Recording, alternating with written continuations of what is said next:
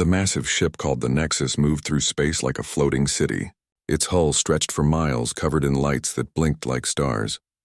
Inside this giant vessel, the most powerful beings in the galaxy made decisions that affected billions of lives.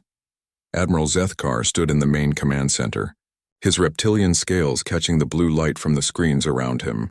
He had ruled space battles for over 300 years. His kind, the Vraxians, were one of the 12 races that controlled the Galactic Council. They decided who lived, who died, and who could travel between the stars. Admiral, called his aide, a bird-like creature with silver feathers. We have new reports from the outer territories. Zethkar turned his large head toward the screen. The data showed a small yellow star with several planets around it. One of the planets was blue and green, covered mostly in water. What am I looking at? A primitive species, sir. They call themselves humans. They live on the third planet from their star. Our scouts say they just learned how to travel faster than light. They are spreading to nearby star systems. The Admiral laughed, a sound like rocks grinding together. Another young race thinks they can explore the galaxy. How many ships do they have? Maybe 100, sir. Small ones. Nothing that could threaten us, Zethkar nodded. This happened every few decades. Some new species would discover space travel and think they owned the universe. The Council had a simple way to deal with this problem. They would arrive with overwhelming force, show the newcomers who really ruled space, and then add them to their empire. Send word to the other Council members, Zethkar ordered. Tell them we have a new integration to perform. Within hours, ships from across the galaxy began moving toward the human solar system. The Council fleet grew larger and larger. Warships the size of mountains joined the group. Each vessel carried enough firepower to destroy entire cities. The aliens inside these ships had conquered hundreds of worlds using the same method over and over again. The plan was always the same. Arrive in overwhelming numbers.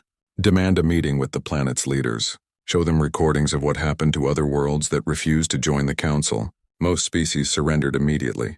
Those that didn't were crushed completely. Zethkar studied the reports about humans while the fleet assembled. The creatures were young, maybe 10,000 years old as a civilization. They had only recently learned to use metal and electricity.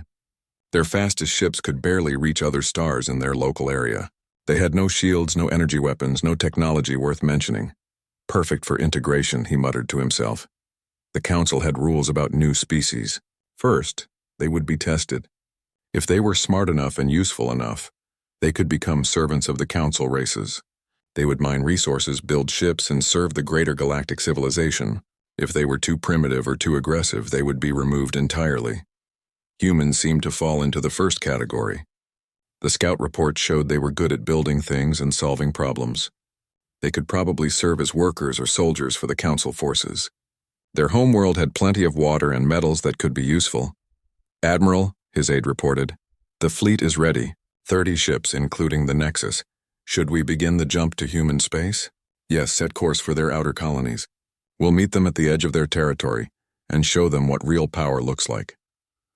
The jump through hyperspace took several days. When the Council fleet arrived at the target coordinates, they were near a human colony world called New Geneva. It was a small planet with maybe 10 million humans living on it, perfect for making an impression. Zethkar activated the communication system and broadcast on all frequencies. Attention, human vessels. This is Admiral Zethkar of the Galactic Council. You are ordered to send representatives for immediate diplomatic contact. Failure to comply will result in military action. The response came back within minutes. The voice was calm, speaking in clear words. Welcome to human space, Admiral. We appreciate the opportunity to meet. We'll send a representative to discuss matters with you. Zethkar smiled, showing rows of sharp teeth. This was going exactly as planned. The humans sounded polite and cooperative. They understood they were dealing with superior beings. This would be one of the easier integrations he had overseen. Excellent, he replied. Send your representative to these coordinates. We await your arrival.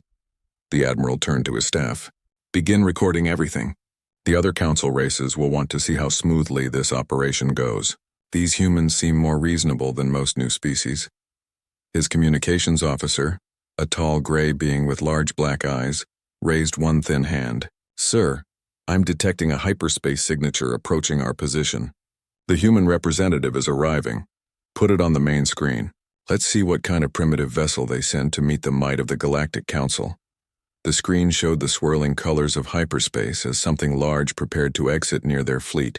Zethkar expected to see a small human ship, maybe carrying a few dozen crew members and some crude weapons. He planned to be merciful with these young beings. They would make decent servants once they learned their proper place in the galaxy. Contact emerging from hyperspace in 10 seconds, the communications officer announced. Whatever they're sending, sir, it's quite large, Zethkar frowned. Large was relative. Even the biggest ship he'd seen from a primitive species was tiny, compared to council vessels. How large? I'm getting strange readings, Admiral. This might be some kind of error in our sensors. Just show me the ship. The hyperspace window burst open like a flower blooming, and something emerged that made every alarm in the council fleet begin screaming at once. What appeared was not a ship. It was not even a fleet of ships. It was something that defied every assumption Zethkar had made about these primitive humans. It was bigger than anything he had ever seen in space, bigger than many moons, stretching across the viewscreen like a metal wall that went on forever. The surface was covered with structures and weapons that seemed to go on for miles and miles. Lights blinked across its hull in patterns that hurt to look at directly. The silence in the command center stretched for long moments as every member of Zethkar's crew tried to understand what they were seeing. Finally, his aide whispered, "Admiral, what is that thing?" Zethkar's throat felt dry. His hands shook as he gripped the edge of his command console. For the first time in 3 centuries of commanding fleets, he was looking at something that made his own flagship seem small and helpless. "I don't know," he admitted, his voice barely audible. "I don't know what that is." The human vessel hung in space like a metal mountain that someone had stretched until it was longer than most cities. Captain Sarah Chen stood on the bridge of the UHSF Indomitable, watching the alien fleet through the massive viewing windows that ran along the front of her ship. "Ma'am," called Lieutenant Rodriguez from the sensor station, "the alien vessels are maintaining their distance. They haven't moved since we arrived." Chen nodded. She had expected this reaction. The Indomitable was designed to make exactly this impression on anyone who saw it. At 200 kilometers long and 40 kilometers wide, it was more than a ship. It was a statement about what humanity could build when they put their minds to it. "Are their weapons powered?" she asked. "Some of them, Captain. The smaller ships activated their weapon systems when we dropped out of hyperspace. The big one in the center seems to be holding back. Smart of them. Signal all departments. We're now in diplomatic contact with an unknown alien civilization. Everyone stays alert, but nobody fires unless I give the order." The bridge of the Indomitable was itself larger than most spaceships. Hundreds of crew members worked at stations that controlled different parts of the massive vessel. The ship's artificial intelligence, called ARIA, managed thousands of systems that no human crew could handle alone. "Captain Chen," ARIA's voice came through the speakers. "I'm receiving a communication from the largest alien vessel. They're asking us to identify ourselves. Put them through, ARIA." The main screen lit up with the image of a creature that looked like a giant lizard walking on 2 legs. Its scales were dark green with patches of black, and its eyes were bright yellow. When it spoke, its voice was deep and rough. "Human vessel, I am Admiral Zethkar of the Galactic Council. You will state your identity and purpose immediately." Chen stepped forward so the alien could see her clearly. She wore the dark blue uniform of the United Human Space Force, with the silver stars of a fleet captain on her collar. Her brown hair was pulled back in a regulation style, and her dark eyes met the alien's gaze without fear. "I'm Captain Sarah Chen of the United Human Space Force vessel Indomitable. You requested a meeting with human representatives. Here I am." The alien's face showed confusion. "This is your diplomatic vessel?" "That's correct, Admiral." "Is there a problem?" For several seconds, the alien said nothing. Chen could see him looking at something off-screen, probably getting reports about the size and power of her ship. She had seen this reaction before, during humanity's first contact with the automated probe from the galactic rim. Size and strength spoke a universal language. "Captain Chen," the Admiral finally said, "your vessel is unusually large for a diplomatic mission." "Is it?" "We weren't sure what to expect from first contact with an alien civilization. We thought it was better to be prepared." Chen's voice stayed calm and polite. "How large is your diplomatic vessel, Admiral?" "This is the Nexus flagship of the Galactic Council. It serves as our mobile capital and diplomatic center." Chen looked at the readings on her tactical display. The alien flagship was big by the standards of most civilizations, maybe 15 kilometers long. Impressive, but tiny compared to the Indomitable. It's a beautiful ship, Admiral. Much more elegant than our design. Captain, I must ask, what is the purpose of the weapon systems I'm detecting on your vessel? Defense, primarily. And deterrence. We've found that being strong enough to protect ourselves makes diplomatic conversations much more productive. Chen paused. You came here with 30 warships, Admiral. Were you planning to use those for diplomacy as well? The question hung in space between the two fleets. Chen could see the alien admiral struggling with the situation. He had probably never met another species that could match his firepower. The Galactic Council was used to being the biggest force in any conversation. Captain, Zethkar said slowly, perhaps we should discuss the terms of your integration into the Galactic Council. Integration? Chen raised an eyebrow. I think there's been a misunderstanding, Admiral. We're here to establish diplomatic relations between equals. Integration isn't on our agenda. Captain Chen, you must understand. The Galactic Council has governed this region of space for thousands of years. New species are integrated into our civilization for the benefit of galactic peace and stability. Chen turned to her communications officer. Commander Park, please transmit file package Delta 7 to the Admiral's ship. Transmitted. Captain. Admiral Zethkar, we've sent you some information about human civilization that might help clarify our position. Take a look at that data and then we can continue our discussion. Chen walked over to the tactical station while waiting for the aliens to review the files. The information package contained details about human space, including the locations of their colonies and the size of their fleet. It would give the aliens a better understanding of what they were dealing with. Captain, whispered Commander Park, are you sure we should tell them about our other Titan-class ships? They'll find out eventually, Commander. Better to be honest from the beginning. The tactical officer, a woman named Lieutenant Torres, was studying the alien fleet formation. Captain, they're not arranged for combat. It looks more like a parade formation, designed to look impressive rather than to fight effectively. They expected to intimidate us into surrender, Chen realized. This was never meant to be a real diplomatic meeting. It was meant to be a demonstration of power followed by our submission. Should we adjust our position, ma'am? No. We stay right here between them and New Geneva. Let them make the next move. After 10 minutes, Admiral Zethkar's image appeared on the screen again. His expression had changed completely. The confidence was gone, replaced by something that looked like barely controlled fear. Captain Chen, he said carefully, according to your data, humanity controls 24 star systems and has a fleet of over 800 vessels. That's correct. And you have 6 more ships of this size? 7, actually. The UHSF Leviathan was completed last month. Chen didn't mention that 3 more Titan-class ships were under construction, or that humanity had been building them specifically in case this kind of situation arose. The alien was quiet for a long moment. Captain, may I ask why your species has built such a large military force? We learned early in our history that peace comes from strength, Admiral. We build these ships so we never have to use them in anger. When everyone knows you can defend yourself, most conflicts can be resolved through conversation. And if conversation fails, Chen's expression grew serious, then we're prepared for that possibility as well. But I'm hoping it won't come to that. We'd much rather have you as friends and trading partners than enemies. The communication ended abruptly. Chen could imagine the chaos on the alien command ship as they realized their overwhelming advantage had just turned into a potential disaster. The humans weren't primitive newcomers begging to join galactic civilization. They were potentially the most powerful military force in the galaxy, and they were offering friendship from a position of absolute strength. All stations, maintain alert status, Chen ordered. This conversation is far from over. Captain Sarah Chen walked through the corridors of the UHSF Indomitable, past the endless rows of crew quarters and workstations that housed her ship's population of 2 million people. The vessel was so large that it had its own internal transportation system, with trains that carried people and supplies from one section to another. She stopped at the observation deck on level 847, where a group of civilian scientists were studying the alien fleet through powerful telescopes. Dr. James Walsh, the ship's head of xenobiology, looked up from his instruments as she approached. Captain, we're getting some interesting readings from their vessels, he said. Their technology seems advanced, but not as advanced as we expected. How so?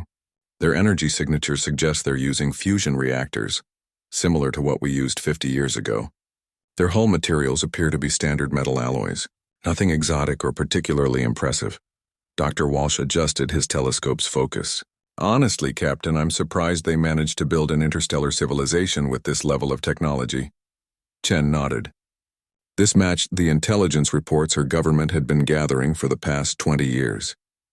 Ever since humanity had developed long-range sensor arrays, they had been watching and listening to galactic civilization. The picture that emerged was troubling.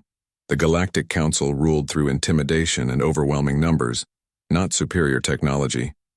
They conquered primitive species by showing up with huge fleets and demanding surrender. Most younger civilizations gave up immediately rather than fight against impossible odds. But humanity had never been good at giving up. Dr. Walsh, what's your assessment of their biological capabilities? Based on their ship designs and the brief communication we intercepted, I'd say most Council species are physically similar to humans. Some are stronger, some are faster, but nothing that would give them a significant advantage in individual combat. Their real power comes from organization and numbers. Chen left the observation deck and took a transport car to the command section of the ship. Along the way, she passed through the manufacturing districts, where automated factories produced everything the ship's crew needed. The Indomitable was designed to operate independently for years without needing supplies from human space. In the Strategic Planning Center, she found her senior officers reviewing data about the Galactic Council. Commander Park was studying star charts that showed the extent of Council territory. It covered most of the galaxy's inner regions with thousands of inhabited worlds under their control. Captain, Park said as she entered, we've been analyzing the Council's expansion patterns. They follow the same method everywhere. They find a young species, overwhelm them with superior numbers, and then integrate them into their empire as servant races. How many species are we talking about? At least 200 that we can identify from their communications. Possibly more. Park highlighted several star systems on the map. The scary part is how efficient they are. Most species surrender immediately when they see the size of a Council fleet. Chen studied the map. Red dots showed Council-controlled systems, while blue dots marked the handful of independent civilizations that had managed to avoid conquest. Human space was a tiny cluster of green dots on the galaxy's edge. What about those independent systems? How did they avoid integration? Lieutenant Commander Martinez, the ship's chief engineer, pulled up another display. Most of them are too far away for the Council to bother with, or they're in regions with dangerous space phenomena. A few seem to have reached some kind of accommodation with the Council, probably paying tribute in exchange for independence. And none of them ever fought back? Not successfully. We found records of at least a dozen species that tried to resist. They were completely destroyed. Not just conquered, but wiped out entirely. Martinez's expression was grim. The Council doesn't tolerate defiance. Chen walked over to the display showing the current tactical situation. The alien fleet was still maintaining its distance from the Indomitable, but she could see they were sending out scout ships to get better sensor readings of her vessel. Arya, what's our current power output? The ship's artificial intelligence responded immediately. Fusion reactors are operating at 12% capacity, Captain. All systems are functioning normally. We could increase to full combat power in approximately 4 minutes if necessary. And our defensive status? Shields are at standby power but can be brought to full strength in 30 seconds. Point defense systems are active. All weapon systems are online but not powered. Chen smiled slightly. The Indomitable was barely using any of its capabilities, but even at minimum power it was probably stronger than the entire alien fleet combined. This was exactly what humanity's leaders had hoped for when they authorized the Titan-class construction program. The plan had been simple, but ambitious. Instead of trying to match alien civilizations ship for ship, humanity would build vessels so powerful that numbers wouldn't matter. Each Titan-class ship could face an entire fleet and win. More importantly, they were so obviously powerful that most enemies would choose negotiation over combat. Captain, called the communications officer. We're receiving another transmission from the alien flagship. Put it through. Admiral Zethkar appeared on the screen again. He looked much less confident than during their first conversation. Captain Chen, I've been in communication with the other members of the Galactic Council. We would like to continue our diplomatic discussions. Of course, Admiral. What would you like to discuss? First, we need to understand your intentions regarding council space. Do you plan to expand into territories currently under our protection? Chen had been expecting this question. Admiral, humanity has no territorial ambitions beyond our current borders. We have more than enough space for our growing population within the systems we already control. We're not interested in conquest. Then what do you want? Trade relationships, cultural exchange, scientific cooperation, the same things most civilizations want when they meet new neighbors. Chen paused. We'd also like assurance that the Council won't interfere with human colonies or attempt to integrate us against our will. The alien admiral was quiet for several moments. Chen could see him consulting with advisors who were probably telling him things he didn't want to hear. Finally, he spoke again. Captain, the Galactic Council has maintained peace and stability for thousands of years through our integration system. Independent civilizations create complications. What kind of complications? Wars, resource conflicts, territorial disputes. When species are allowed to develop independently, they often come into conflict with their neighbors. Integration prevents these problems. Chen considered this. It was probably true that the council system prevented some conflicts, but it also prevented growth, innovation, and freedom. Every species under council control was locked into whatever role the ruling races decided for them. Admiral, I understand your concerns, but humanity has a different approach to galactic peace. We believe strong, independent civilizations that respect each other's sovereignty are more stable than empires built on conquest.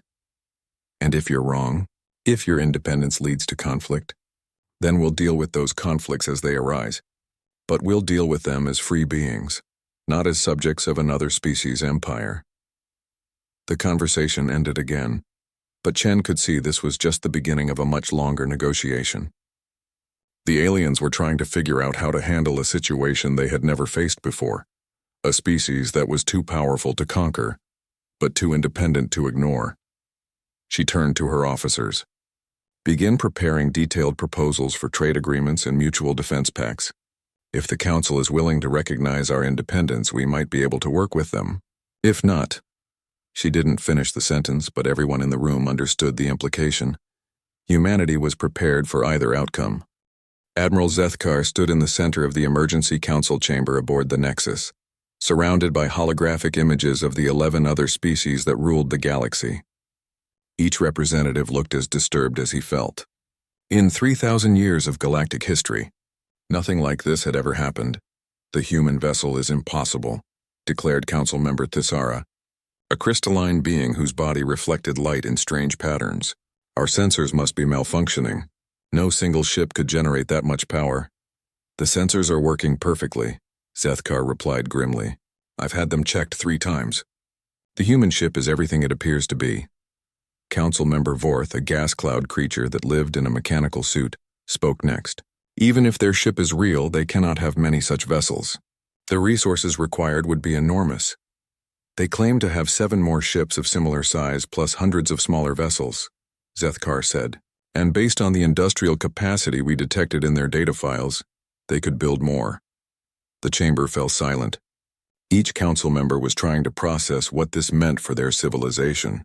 For thousands of years, the Galactic Council had been the ultimate authority in this region of space. They had built their empire on the simple principle that numbers and organization could overcome any individual advantage. But the humans had changed the equation completely. Their single ship was more powerful than entire council fleets. If they really had 8 such vessels, they could potentially challenge the council's authority across dozens of star systems simultaneously. What are their demands? Asked Council Member Zarek, a tall insectoid creature with multiple arms and glowing compound eyes. They claim they don't want territory. They say they only want trade relationships and recognition of their independence. Zethkar pulled up the communication logs. But they've made it clear they will not accept integration into our system. Unacceptable, Zarek clicked angrily. No species has ever been permitted to remain independent within our sphere of influence. It would set a dangerous precedent. Council Member Nalara, who looked somewhat like a giant sea creature, moved her tentacles in patterns that indicated deep concern. If we allow the humans to remain independent, other species might demand the same treatment. Our entire governmental structure could collapse. Zethkar had been thinking about this exact problem since his first conversation with the human captain. The Galactic Council's power depended on the belief that resistance was futile. Every species they encountered had to believe that joining the Council was their only option for survival. If word spread that humans had successfully negotiated from a position of strength, it could inspire rebellion throughout Council space. Species that had been integrated centuries ago might start wondering if they could fight back. Independent civilizations on the galactic rim might form alliances to resist Council expansion. Have we considered the military option? Asked Council member Zahn, a reptilian species similar to Zethkar's own people but with darker scales and larger claws. Surely our combined fleets could overwhelm them through sheer numbers. Zethkar had been dreading this question. I've run the tactical projections. The human ship's defensive capabilities appear to be extraordinary. Our weapons might not be able to penetrate their shielding at all. And their offensive weapons— He paused, checking his reports again. Their offensive weapons could destroy our largest ships with single shots. How is that possible? Thaisara's crystalline body flashed with confused colors. What kind of technology do they possess? Advanced fusion reactors that generate exponentially more power than our own.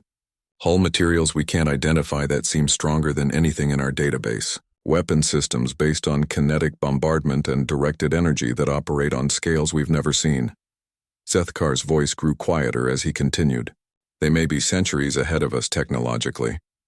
The council chamber erupted in discussion as various members argued about the implications.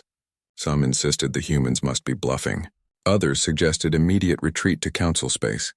A few recommended attempting to learn more about human technology through espionage or negotiation.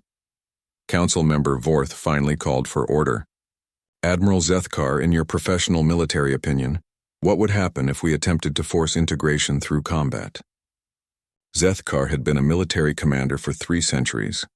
He had overseen the conquest of dozens of worlds and the integration of countless species. He had never before had to consider the possibility of defeat. Complete disaster, he said quietly. Based on what I've observed, the human ship could destroy our entire fleet without taking significant damage. And they have 7 more ships like it, plus supporting vessels. If we attack them, we lose. If they decide to retaliate against Council space— He didn't finish the sentence. What about our automated defense networks? Asked Zarek. Surely our orbital platforms and system fortifications could stop them. Our defense networks are designed to stop traditional fleets with traditional weapons. The humans could probably bypass them entirely or destroy them from ranges where they can't fight back. Zethkar pulled up tactical displays showing human space. Look at their colony arrangement. Perfect spacing for mutual defense, industrial capacity distributed across multiple systems, defensive platforms around every inhabited world. They've been planning for this kind of confrontation for decades. Council member Nalara's tentacles writhed with agitation. How long have they been watching us? Unknown, but probably years or even decades. They seem to know our standard integration procedures perfectly. They know about our tributary species, our trade routes, even our internal political structure. Zethkar highlighted portions of the human data transmission. This level of intelligence gathering suggests a very sophisticated observation network. The implications were terrifying. If humans had been watching galactic civilization for years, they knew exactly where the Council was strong and where it was vulnerable. They had prepared for this confrontation, while the Council remained completely ignorant of their existence. What do they want from us now? Asked Council member Zahn. A formal treaty recognizing human space as independent territory, trade agreements that would give them access to galactic markets, cultural exchange programs. Zethkar paused. And they want assurance that we won't attempt forced integration of other species within their local area. They want to protect other species from us? Thaisara's lights flashed bright red with anger. They dare to question our right to govern? They're not questioning our right to govern Council space, Zethkar corrected. They're establishing boundaries. They're telling us there are limits to how far our authority extends. This was the heart of the problem. For 3,000 years, the Galactic Council had believed their authority was unlimited.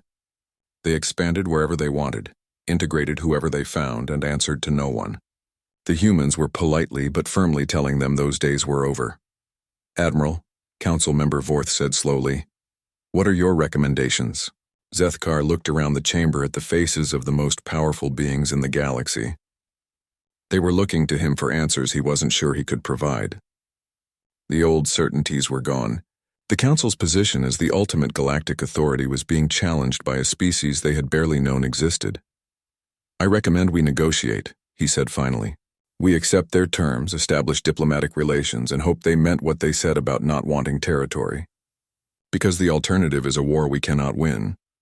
The silence that followed was the sound of an empire realizing it was no longer invincible. The age of Galactic Council supremacy was ending, and none of them knew what would take its place.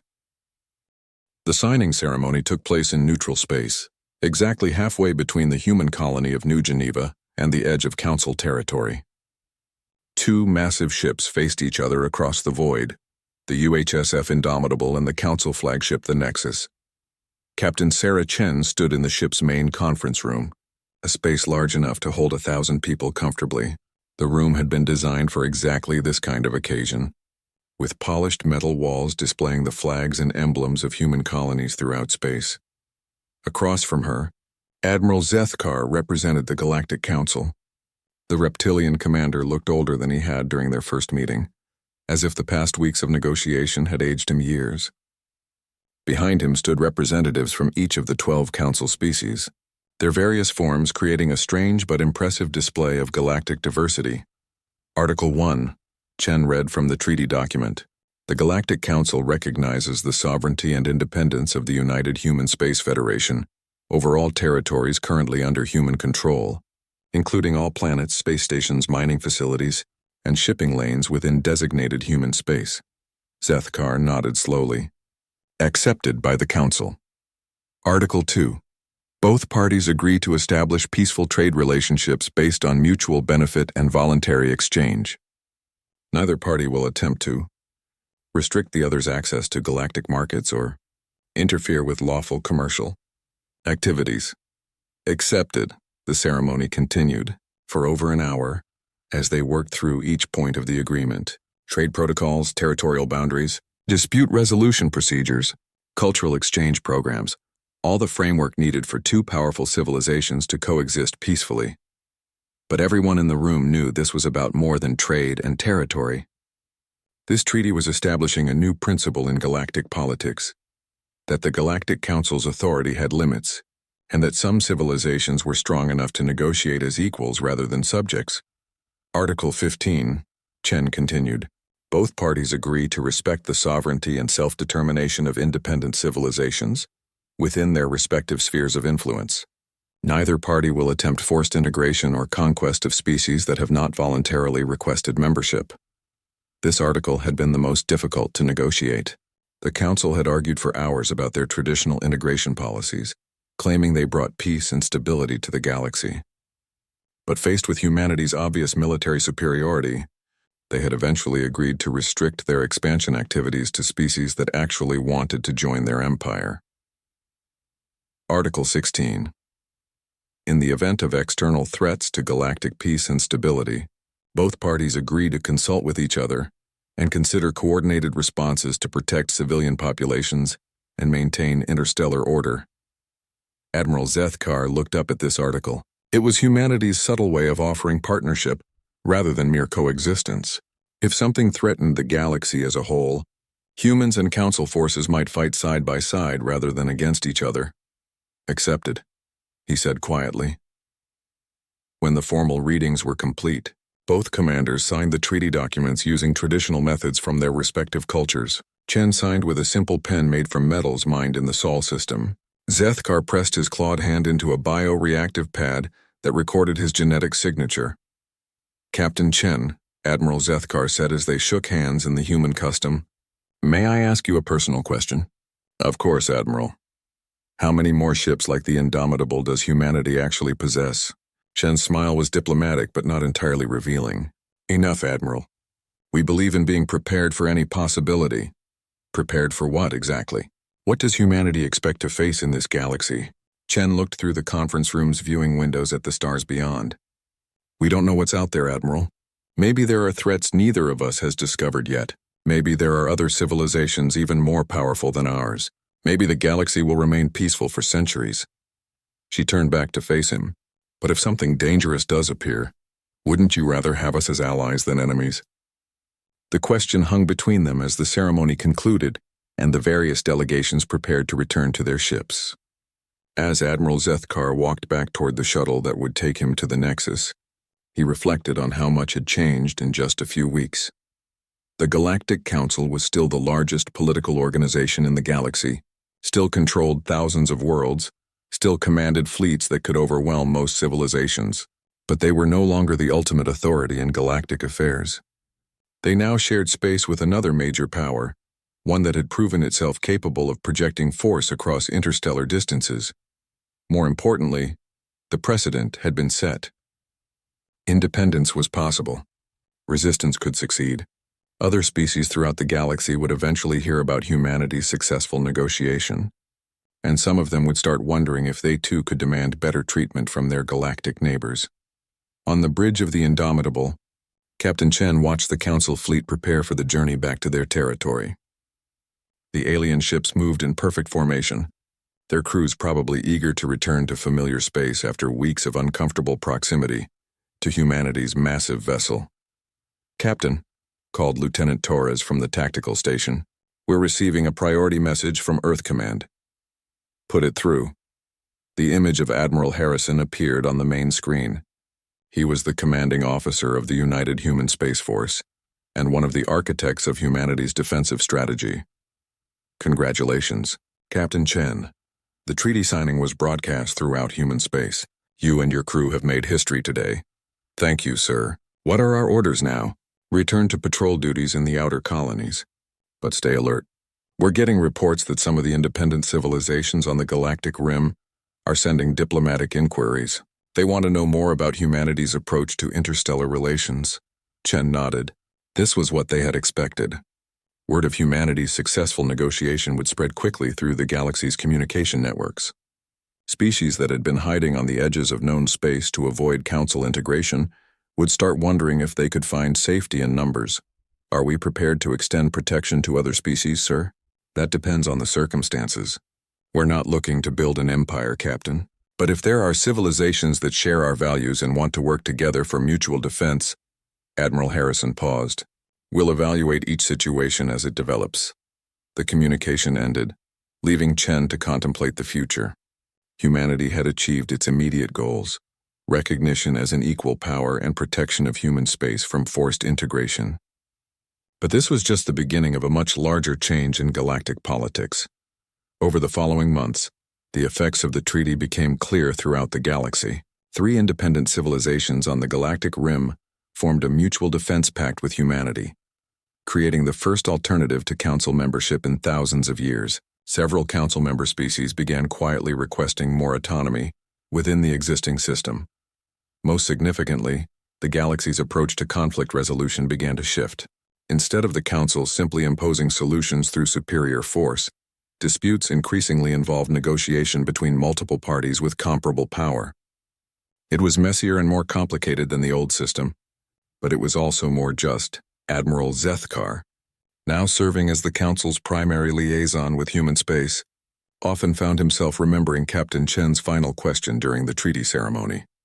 What threats might be waiting in the unexplored regions of the galaxy? What challenges might require the combined strength of all galactic civilizations to overcome? He didn't know the answers to those questions, but he was increasingly grateful that when those challenges finally appeared, humanity would be standing with them, rather than against them. The galaxy had become a more complicated place, but it might also have become a safer one. The age of human expansion was just beginning, and with it, a new chapter in galactic history that no one could predict.